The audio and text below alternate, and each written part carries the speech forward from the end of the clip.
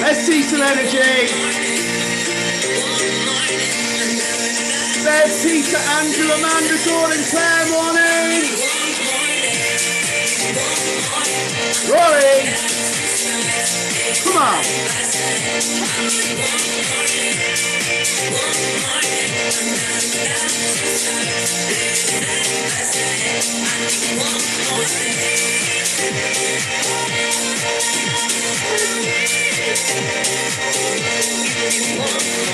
Kerry's here. Come on, Kerry.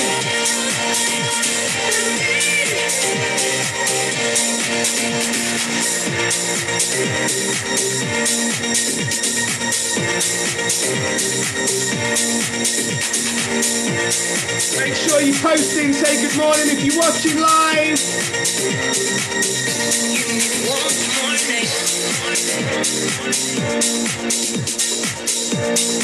Right, team, how we doing? Morning, everybody. Like I said, make sure we do say good morning if we're logging in live. This is our Monday morning hit of dopamine to get us fired up. So one thing I'm going to talk about to start with, this isn't actually part of the training. So the training's on building bulletproof confidence, okay, which is something everyone struggles with confidence. I don't care who you are, what level you're at, we all struggle with confidence at time.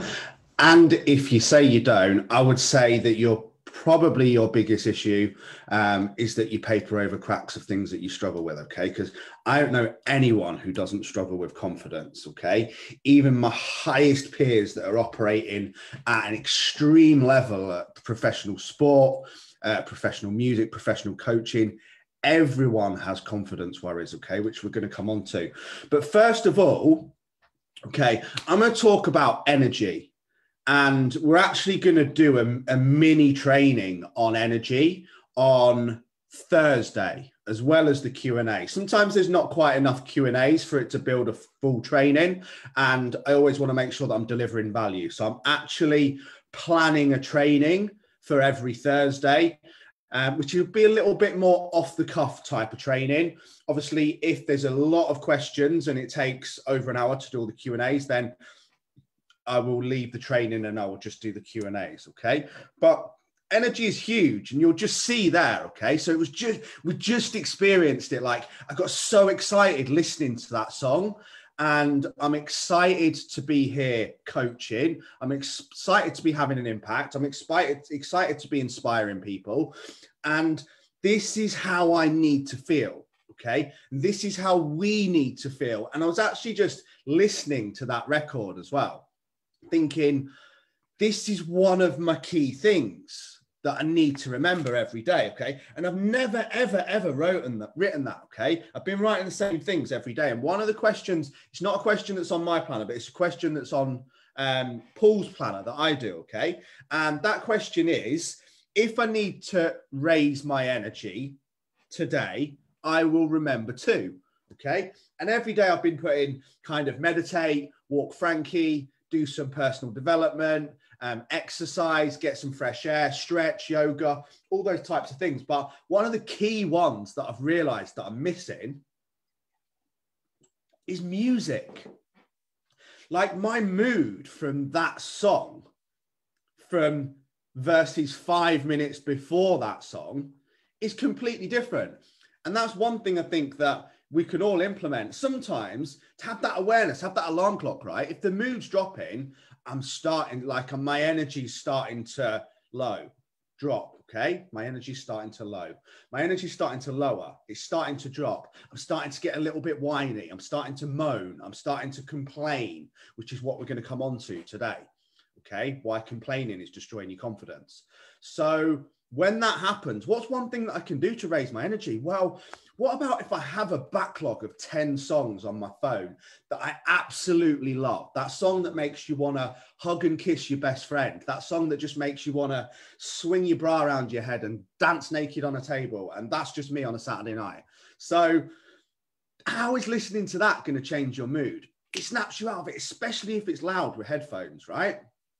So that's a completely random coaching tip from what's just happened this morning.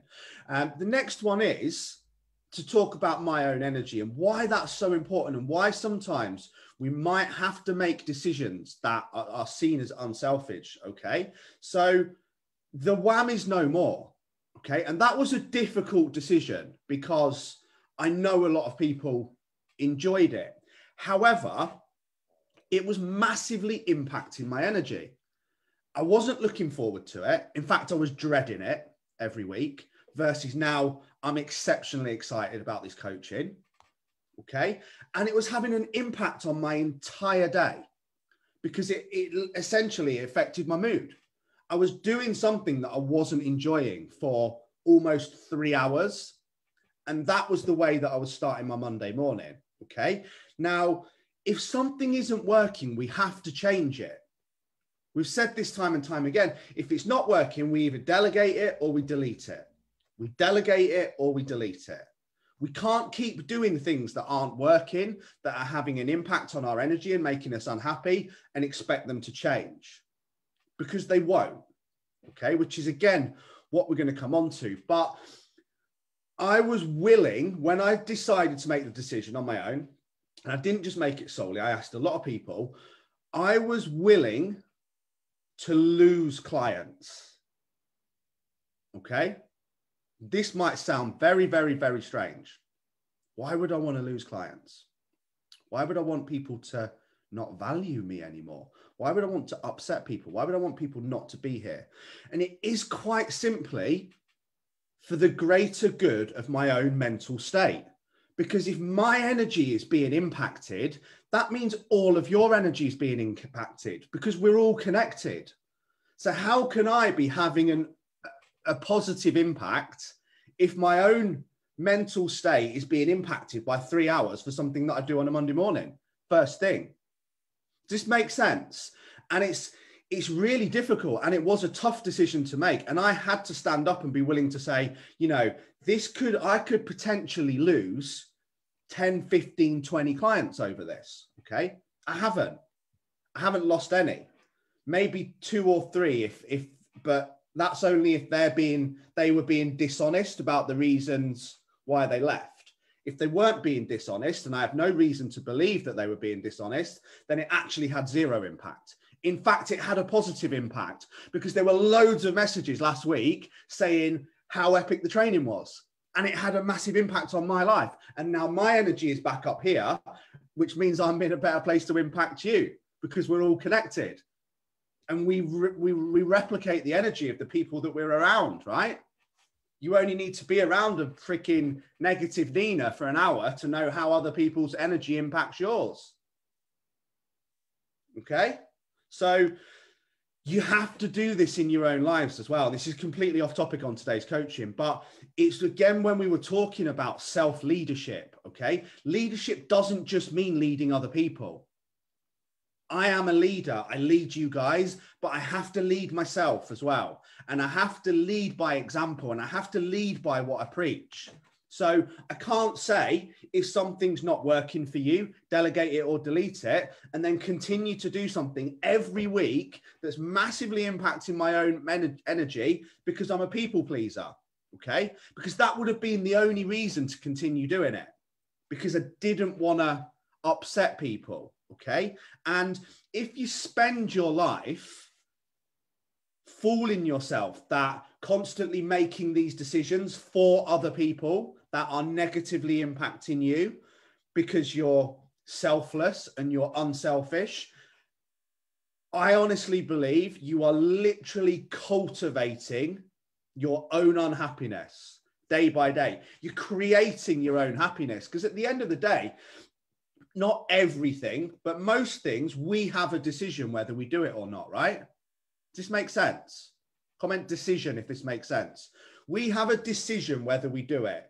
And very often, like that decision for me, we know that something is causing a negative effect and we need to make a decision. It needs to change or we're going to stay the same. We keep moaning about it. We keep complaining about it. We keep talking about it. We keep justifying it. Okay? Yet we never change it. Why? Because we don't want to upset other people. Fear of loss. Fear of not being liked. The opposite of being a people pleaser. We'd rather stay doing what we're doing and keep everyone happy and not risk any form of conflict or any form of change, because that's scarier than doing the thing that was having a negative impact that when you changed it actually had a massive positive impact. And when it has a massive positive impact, that impacts every single person around you and in your life, because that's what energy is, because we're all connected. So I would urge you to, again, think about how that story could be employed in your own life today, okay? Is there something like the WAM that you are doing every week that is negatively impacting your energy? Is there something that needs to change? Is there something that's making you unhappy? Is there something you keep complaining about? Is there something you keep blaming other people for? Because if there is, then we have to make a choice. We have to look at how we can change it. Because if we continue to do things that are making us unhappy for fear, and things that are not just making us unhappy, that are impacting our energy, for fear of causing conflict, then I promise you're not going to live a happy life. Okay? So hope that's been helpful. Guys, confidence. So comment yes if you still struggle with confidence. I would be typing 20 yeses at this point, okay? And we're going to look at it from a slightly different angle today, okay? Because these two things are essentially the same. Building confidence, you're all very quiet this morning. Building confidence and dealing with or eradicating self-doubt are essentially exactly the same thing, okay? Think of them on a seesaw. It's like positive and negative. Like we've said this before, we cannot get rid of negative people. There will always be a negative side to the seesaw. What we can do is spend more time around positive people until negative goes down. Water the flowers, water the weeds, whichever decision we make, whichever one we do, we'll get more of. So we can't get rid of negative people, negative situations. All we can do is replace them with positive ones until there's no room left, okay? So confidence will only ever come from taking action. It's built, okay? And it's built through practice. But it all begins with just doing what you actually said you were going to do. Making your decision, doing what you said you would, and standing by it because you know it was the right decision for you, okay? Which kind of doing what you said you would do is essentially, it's exactly the same as accountability. They're very closely connected, right? Confidence and accountability. People that are accountable are generally really confident. People that are really confident are generally accountable, okay? So I think still so many of us and so many people in general are looking at things in the wrong way around and looking at things the wrong way around. We still think we need more confidence to take action, right? Again, drop me a comment. If no one drops a comment soon, I'm going to think that there's actually nobody here. Morning, Helen. Morning, Christy. Morning, Kerry. If you're here, if you haven't said morning yet and you are here, please do so I know who's here. If you think you need, and we are what we think, essentially, if you think you need confidence to take action, or you think you need somebody else to give you the confidence to take action, or you think that other people were born with confidence, these are the three areas where it goes wrong. I need more confidence before I can take action. I need somebody else to give me the confidence to take action, or everyone else was born with confidence and it's different for me. Then that's where we're going really, really wrong. Okay. How many times have you heard people say this? Okay. And again, comment yes, be honest. Okay. If you've said this, I'm just going to insert something really mediocre, insert something really mediocre that isn't exciting, doesn't inspire me, and isn't really going to mean a lot, to build my confidence first, and then I will insert the world-class, much higher level, inspiring goal. Okay?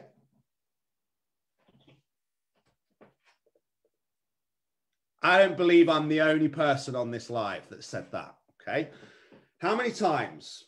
I'm just going to insert mediocre goal, and then once I have done mediocre goal and built my confidence first, then I will insert bigger goal. Okay? It's literally, it's a form of procrastination.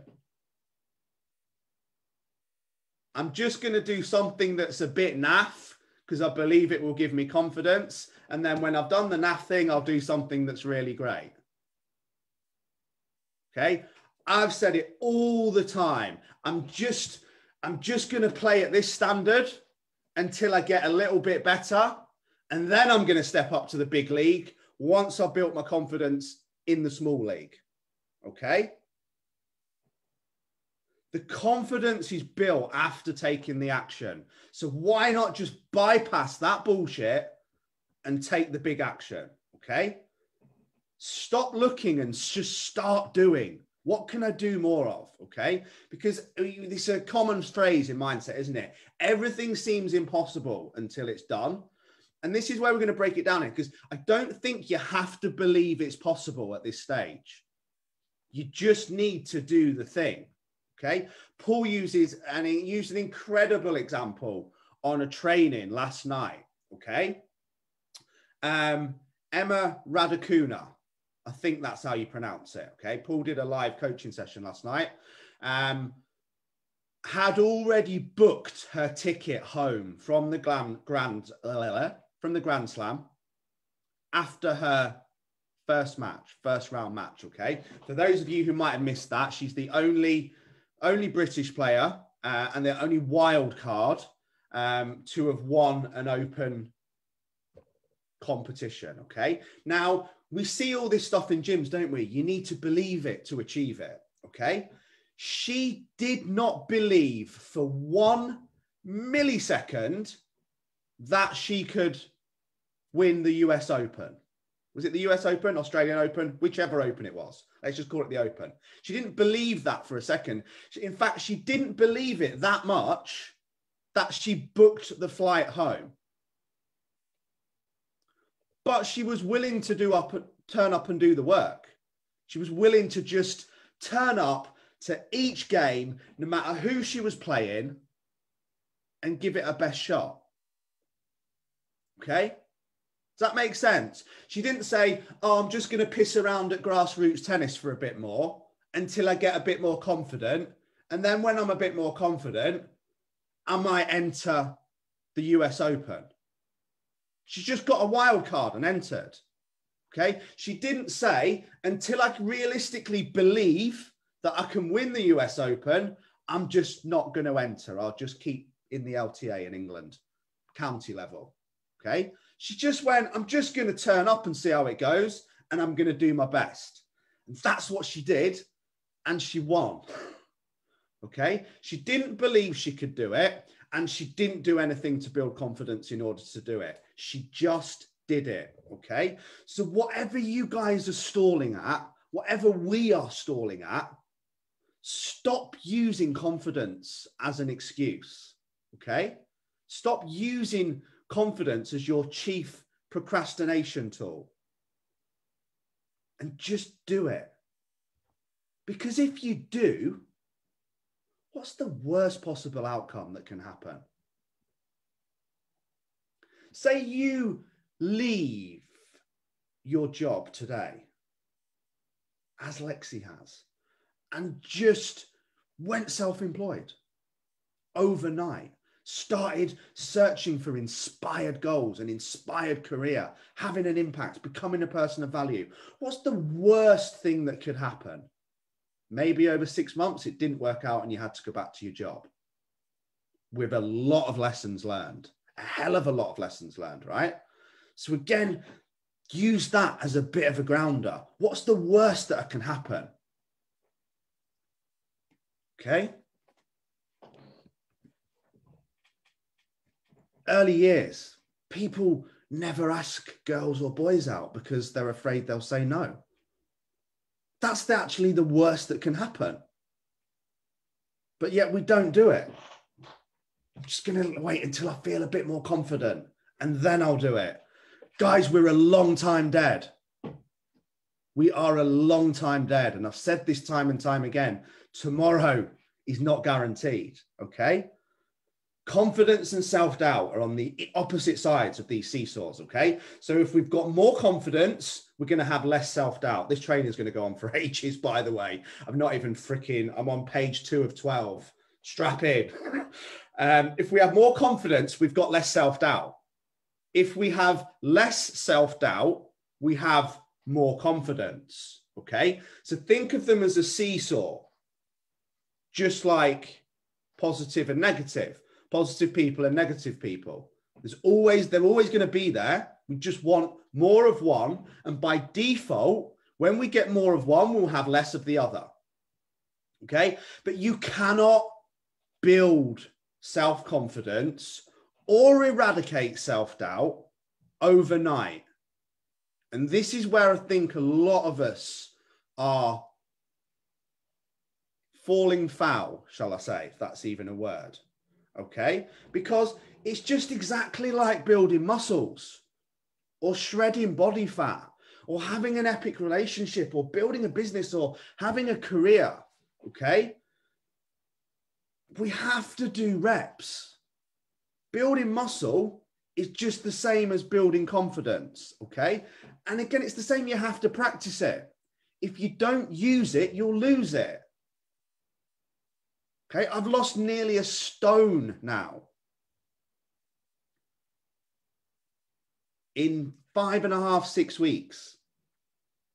That's how real it is. Okay, so building muscle is like building confidence. Bear with me on this. Okay, eradication of self-doubt is like burning body fat.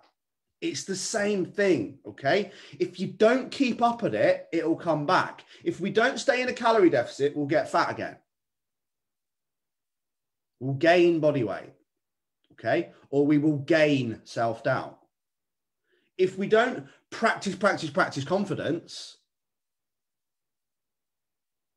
then we're not going to build it, and it will disappear, and self-doubt will come back in. Just think of them as an equal split, okay?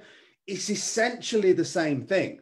But when we're struggling, and you guys will say this all the time, okay? You guys and the general public, we're struggling with this.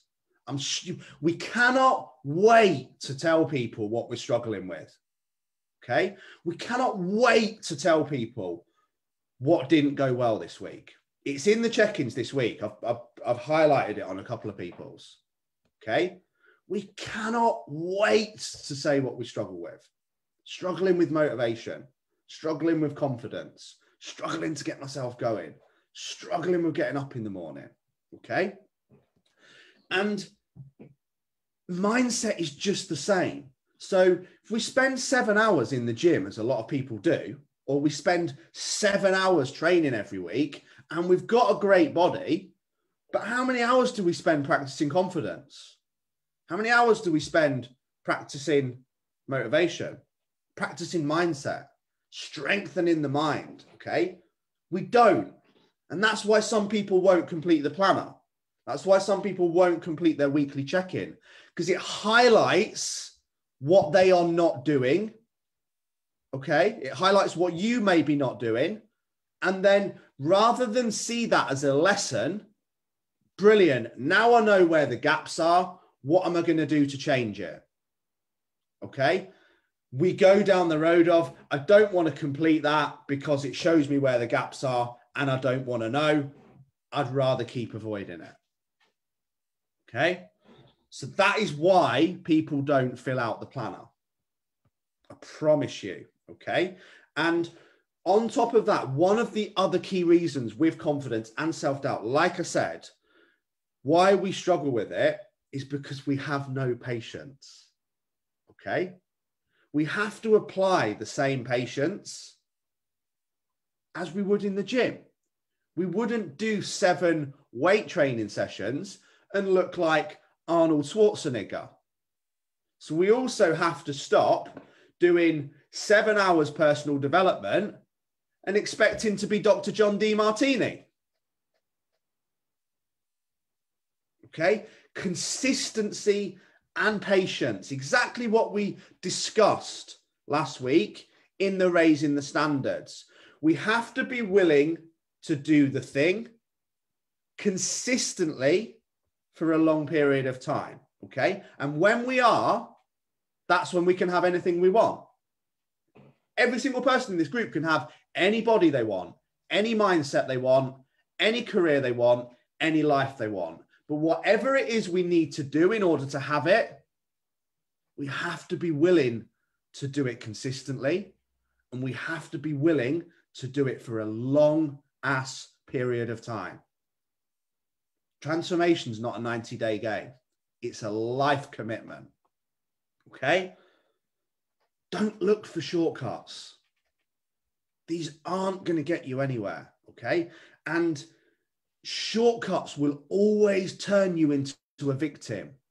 I promise you this as well, from personal experience, because you look for shortcuts, okay? You look for the person who you think is going to do the work for you.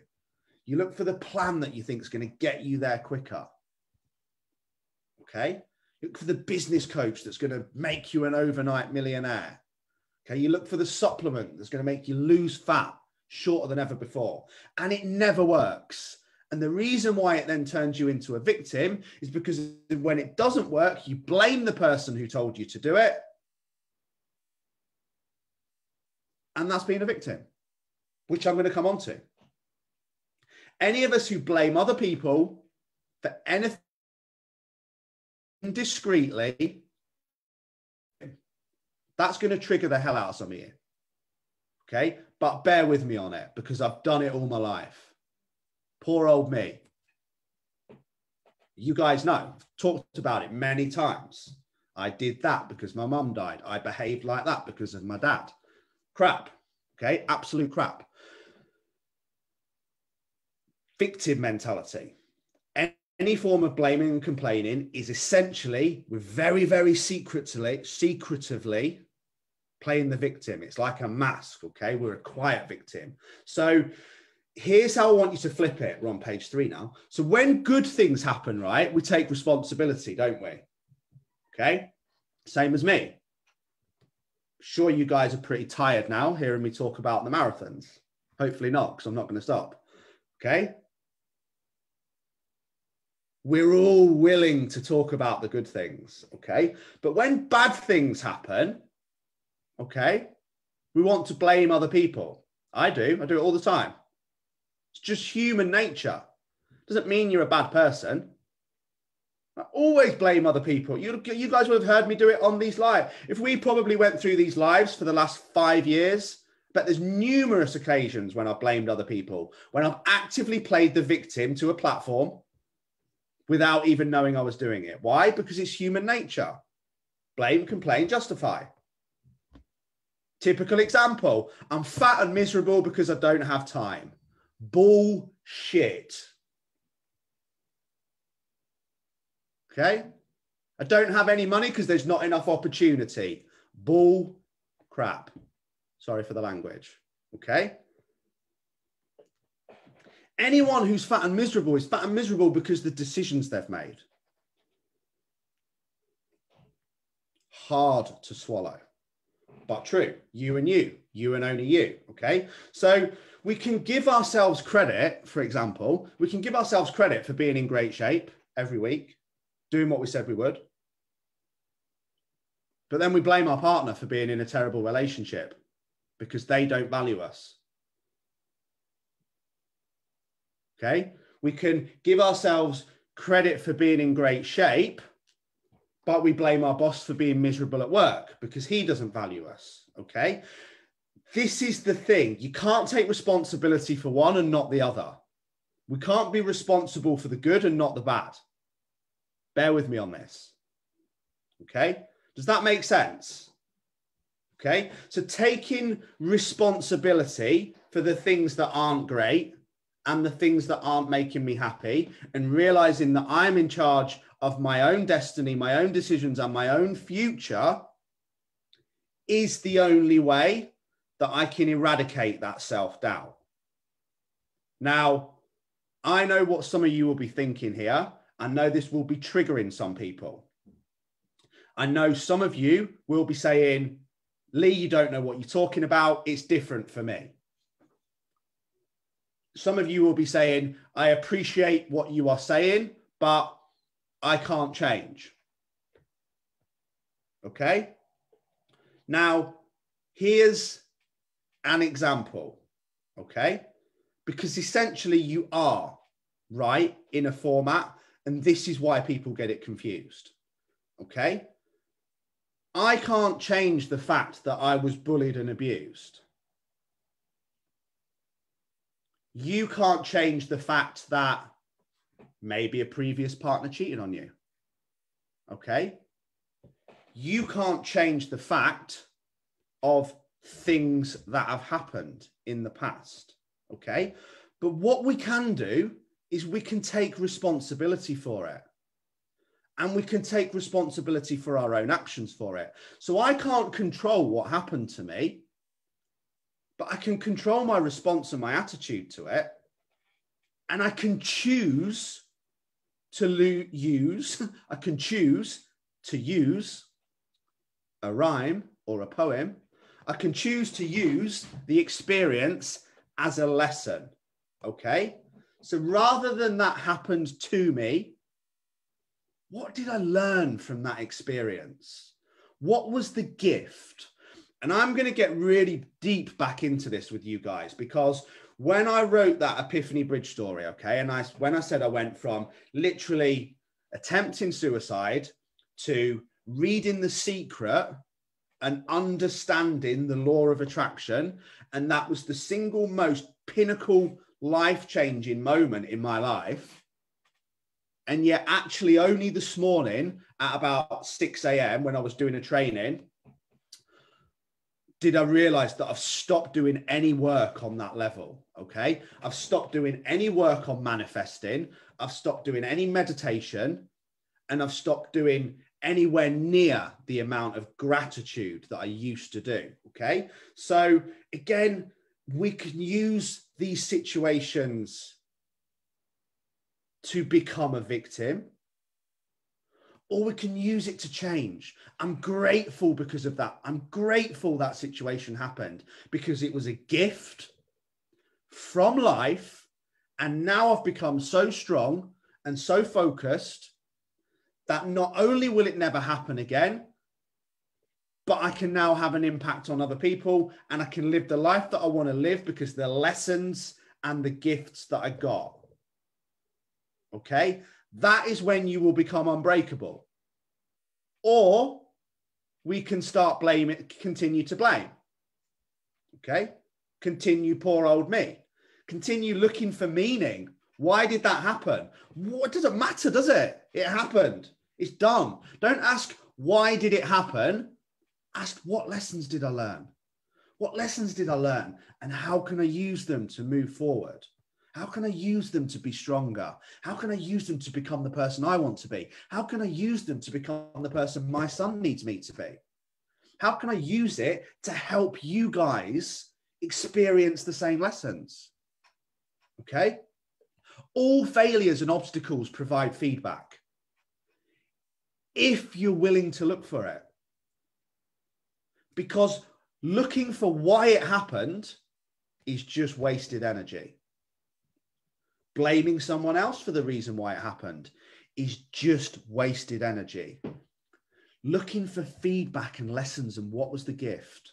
Okay. And when I come on to this on Thursday, I'm hoping it will make a lot of sense as well. Okay. Especially when we discuss the energy part. Now, the story, this is from Brian Keane in Brian Keane's book. Okay. This is the story that he uses when he talks about confidence and self-doubt, and that he says is the one that he always goes back to. And he's a pretty successful guy. Okay. So I don't know how arty you guys are, but I think most people have heard of Michelangelo. And the story that he uses is that he was best known for painting what was called the scene of the Sistine Chapel. Okay. Got to write this down so I don't say it right. In the Vatican City. Okay. Now he was asked to do it by the Pope. And the reason why he procrastinated and didn't say yes for a long time, okay, is one, because he was known as a sculptor, not a painter, even though he's now probably well renowned as the best painter in the world. Okay. The reason why he had so much self-doubt, why he didn't have confidence, why he didn't want to do it initially, was because there was no room for error. Okay. It was to do with plaster on the ceiling, and it had to be done whilst it was wet. He couldn't make any mistake. Okay. And he was crippled with self-doubt. Okay. Anxiety to a level where he couldn't move, to a level where he couldn't paint, to the level where the line says he collapsed one night on the floor and literally said, I'm not a painter. I can't continue. I can't do this. Okay. Crippled by self-doubt, crippled by confidence. And the grounding point of this and the lesson is that's the world's greatest painter, which is exactly why I said at the start, and nobody actually replied, that they suffer with confidence or self-doubt. Now, if the greatest painter in the world suffers with self-doubt and confidence when doing a painting, then I'm pretty sure we do as well. Okay. So again, rather than trying to eradicate it or pretend it doesn't exist, okay, it's about how do we use it? How do we channel it? How do we train it? Okay. Because we will all question our own ability. Okay. We'll all battle confidence. We'll all battle self-doubt. Like I've said, it's learning to overcome these voices. We'll all feel negative thoughts. We'll all encounter negative people. We'll all encounter negative obstacles. Okay. but it won't go away. We all have it. Okay. We have to accept it, and we have to acknowledge, like, this is one of the best phrases I've ever heard. Fear is the emotion of growth. So if we're feeling afraid, if something is hammering our confidence, if something feels like it's creating self-doubt and we're having to eradicate it, then lean into it, because that's where the magic's going to happen. Okay? Just do it. Again, rewatch the training in the mindset group. Feel the fear and do it anyway, because that is where the magic will happen. Okay? We'll always experience it. It's about training it and making sure we lean into it. Okay? Because if we don't, then we'll just stay crippled by fear and not do anything. Does that make sense? So, a few bonus tools that I wrote down here, kind of things that we can action straight away. Okay. So the number one tool is that we can action the win prophecy, which we've spoke about before. Okay. So win stands for what's important now. Okay. Break down your biggest goals again. So we've said time and time again, 90 days, 45 days, 30 days, 7 days, today. WIN stands for what's important now. All we need to think about is what's important now. What do we need to do today? Okay. If you're trying to lose 50 pounds, let's just focus on losing a pound this week, and then the second pound, and then the third pound. Okay. If you want to bench press 100 kg, let's start with bench pressing 10 kg and try and add 2% on each week. Okay. If you're trying to run a marathon, let's start with a mile and then the second. Okay. Don't try and do the whole thing at once, because that's when self-doubt will come in. It will seem too big. It will seem unachievable. And then we won't even try. Does that make sense? Again, use the tennis example. Okay. The tennis example with Emma, our Emma. Had she gone over there thinking win the US Open or Australian, depending on which one it was, she never would have gone. She never, ever would have got started. But she just thought, I'll just get a wild card and I'm going to do my best in the first game. And then look what happened. She didn't think about the end. She thought about the beginning. Okay. Bonus tool 2 is make a specific effort today to write down the things that you find hardest. The things that you keep saying you don't have the confidence to do. The things that give you butterflies, the things that make you sick, okay? The things that make your heart rate go up and make you palpitate and sweat and shake and want to run and hide in a box. Write them down and lean into them, okay? It's just exactly like the first training session at a gym. Okay, it's going to be seriously painful, isn't it, for anyone? I did what I'd call a half session on Saturday, and that was painful. But every time we go and go through that pain, it will get a little bit easier. You will get a little bit stronger. The confidence seesaw will start to grow, and the self-doubt one will start to drop down. Lean into discomfort. Keep looking for the path of most resistance. Look for what scares you. Look for what is so far out of your comfort zone. Face these weaknesses, and every single day you will be gaining notches and notches and notches and notches and notches of confidence. Okay? As we know, we have to get out of the comfort zone because nothing will ever grow there. Embrace the fear. Embrace what scares you the most, because this will build your strength and it will build your confidence. Okay. Don't let your self-doubt determine your self-worth. This is what a lot of people do. Okay. Bonus option 3. Stop giving one single thought about what others think, especially those who don't really matter, as long as you are still being a person of integrity. Okay. Not saying just be like horrible to other people or just not have any thought for other people's feelings. That's very different. And again, that's where people get it misconstrued. It's not your actions. How are my actions affecting them? That's not what we're worried about. What we're worried about is their thoughts about our actions. Now, unless our actions are negatively impacting them, then you shouldn't give a shit about their thoughts. Does that make sense? Can you see how those two things are so different? Okay, we say, I'm not willing to do this. I don't have the confidence to do this because I'm worried about what they will think.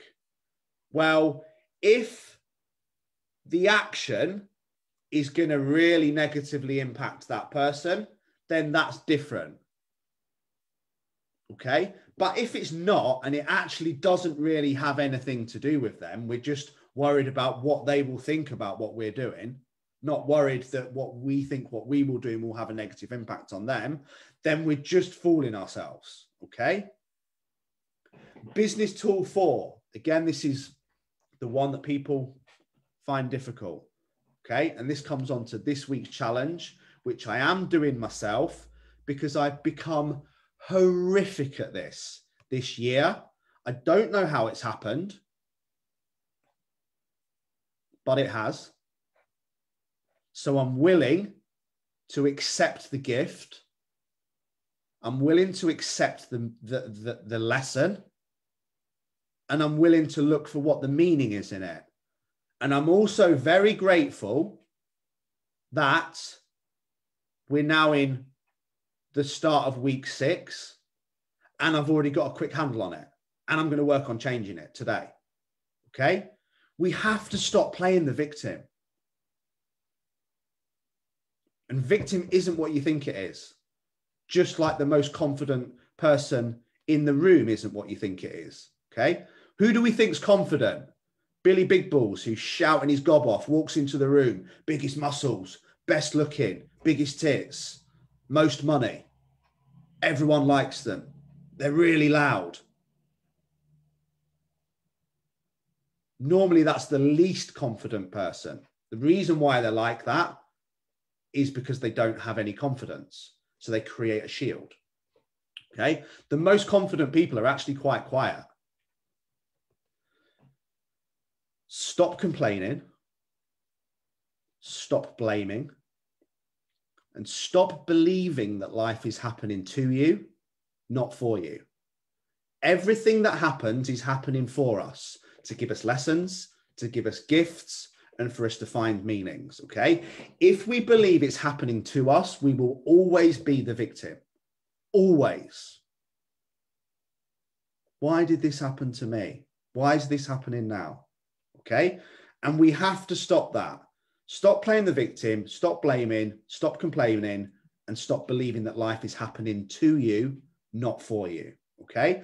If we are not happy with who we are, then we have to change it. We're not a house. We're not a building. We're not a cathedral. We can move. We can change. We can adapt. But essentially, complaining is playing the victim.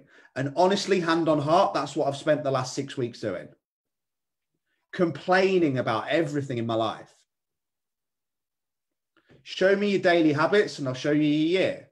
Well, if I carry on like this, it's not going to be a great year. Okay. Show me your habits for this month and I'll show you your results for this month. So without further ado, and I think it will be impossible if anyone does this, then you are John Demartini in disguise, okay, is a 30-day no complaining challenge. Okay? Because when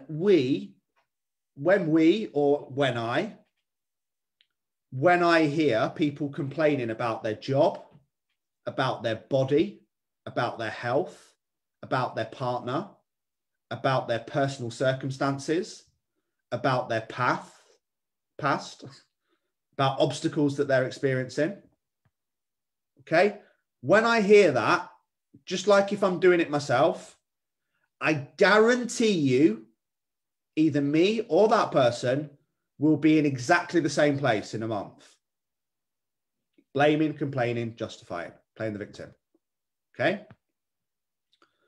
You'll see how this turns into confidence. We will stay exactly the same for a month, for a year, or forever. Who knows anyone who's constantly blaming and complaining, but absolutely flying in life? I don't know anyone like that, okay? It's a discreet way, a very discreet way, and our subconscious minds are very, very clever, so don't take this to heart. It's a discreet way of us not changing because deep down we'd rather stay the same. Why would we rather stay the same? Because we don't want to go through the discomfort of change. Well, guess what? We're going to end up uncomfortable anyway. We either go through the discomfort of eating healthy or going to the gym, or we're going to get the discomfort of being fat and unhealthy, having no confidence. Okay? If we don't like something, we have to do something about it. But that comes from being honest. And nothing will change until we do. And I will literally, I'm going to write this down every single day, at least 10 times in the morning. Today, I'm going to do my best to not complain about anything. And every time my mind wants to complain, I'm going to ask it the question, what lesson is this giving me? What gift is it giving me? How can I learn from this? What positive action can I take to change that? Okay? Because blaming, moaning, and complaining is just an entire vacuum of energy. You know, whoever says, how was your day? Oh, yeah, it's brilliant. I had such a good day today. What did you do? Oh, just fucking blamed and moaned and complained about everyone all day. Felt wicked. Got so much done.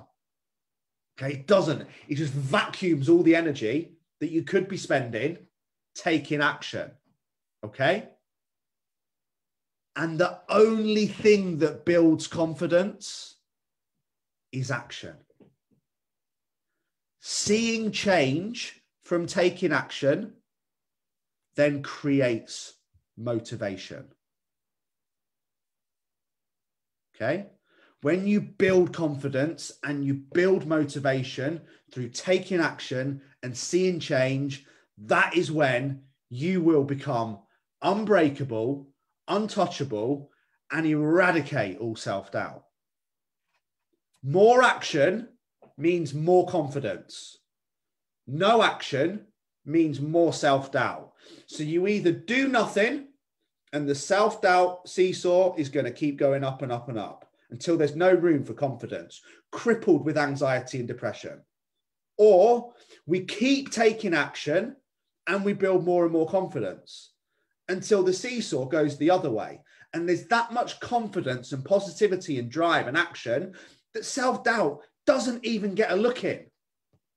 But it all comes down to ABC. I had a deep desire then to burst into Jackson 5, but I won't because I can't sing. Action builds confidence. A, B, C. Stop thinking and start doing. Okay? This is a 30-day challenge. And I guarantee you this will change our lives. Okay? Complaining is for victims. Sorry if you don't want to hear that, but it is. Because once we stop complaining as well, even about, like, we complain about small shit, don't we? The weather, okay? The news. People on Facebook who we don't even know. Okay. If we complain about the small things, we'll complain about the big things, because how we do anything is how we do everything. It's a subconscious default that's been created over years. Again, probably not your fault. If you've been around your mum or dad your whole life and all they fucking do is complain and blame, then guess what? It's going to be very hard for you to change that. But guess what also? You can, if you want to. If you are willing to look for the lessons. How you handle the small things is how you handle the big things. But that's what I'm going to end on, because for me, that is the most important part. It's very easy to say, yeah, we can change. Yeah, we can take action. Yeah, we can do all these things. Okay. But we have to be willing to do it. We have to be willing to do the work. And like I said, I am going to go quite deeply into the law of attraction again, because it worked for me and it changed my life. So again, that's another lesson in that. If something's worked for you in the past and you've stopped doing it, well, why not go back to doing it? Okay. But we have to be willing to look for the lessons. We have to be willing to do the work. Okay. Because if not, then like I said, it's just a discreet way of justifying that we're not willing to make any change and that we'd rather stay the same. I'd rather stay the same and be miserable, because the discomfort of doing what I need to do in order to change is more uncomfortable than staying the same. So I'll stay the same and I'll blame, complain, justify. Okay. Guys, I hope that's been helpful. As always, let me know in the comments. Let me know if you're watching on replay. Did you find that helpful? What was your biggest take home? Do you think I'm talking absolute codswallop, which was a word that my nan used? I'm going to enjoy the subtitle creator trying to see how it spells that. Cod swallop, C-O-D, swallop. What's been your guys' biggest take home? What did you remember from that? Has anything hit home? Kerry Gagan, I was just thinking it's easy to procrastinate and justify to myself reasons for doing something later. Yes, absolutely. That's called the virus of someday, and someday will never come. As I've said, tomorrow's not guaranteed for any of us. And that's a great mindset to live in. That really is a great mindset to live in. Live every day like it was your last. If today was my last day, how would I live it?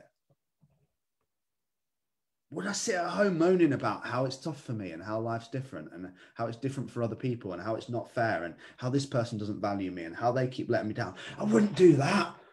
You'd go out and you'd be inspired. You'd be excited. You'd go and get around people with good energy. When we can live every day like that, that's also going to help take us forward. Guys, you are very, very, very quiet.